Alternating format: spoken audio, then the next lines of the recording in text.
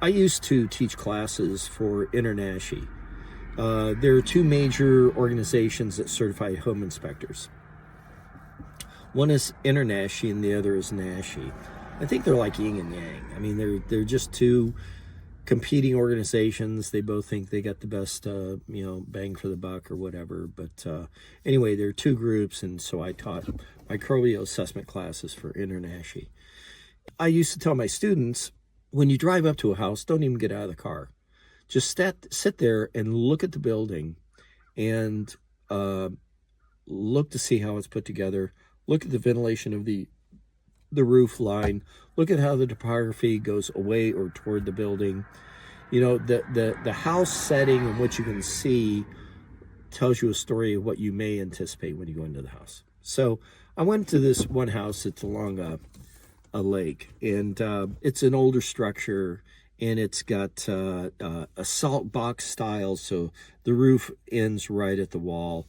There was absolutely no ridge vent, no static air vents, no intake, no exhaust, no gable vents, nothing for ventilation.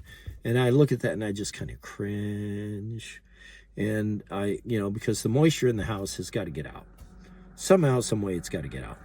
And so there's no exit if it gets into the attic. So I go in there and I do the assessment. So finally I get to the attic and I'm opening that egress up, and I'm going, oh, what am I going to find?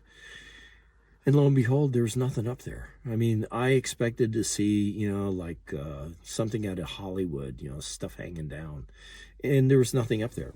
When you don't see something, just stop for a second and look and let your brain catch up. What I found out was the house used to have a flat roof. So there's tar paper, insulation, and then more tar paper. And so there was no access of the air from the house to get into the attic. It was a complete, separated, sealed place away from the house. And that was the reason why there was no mold up there. I mean, there was nothing. Even the nail heads were bright and shiny.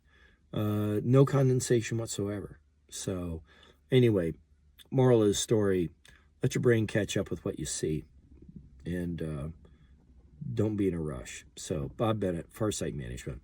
It's better if you use Farsight than hindsight.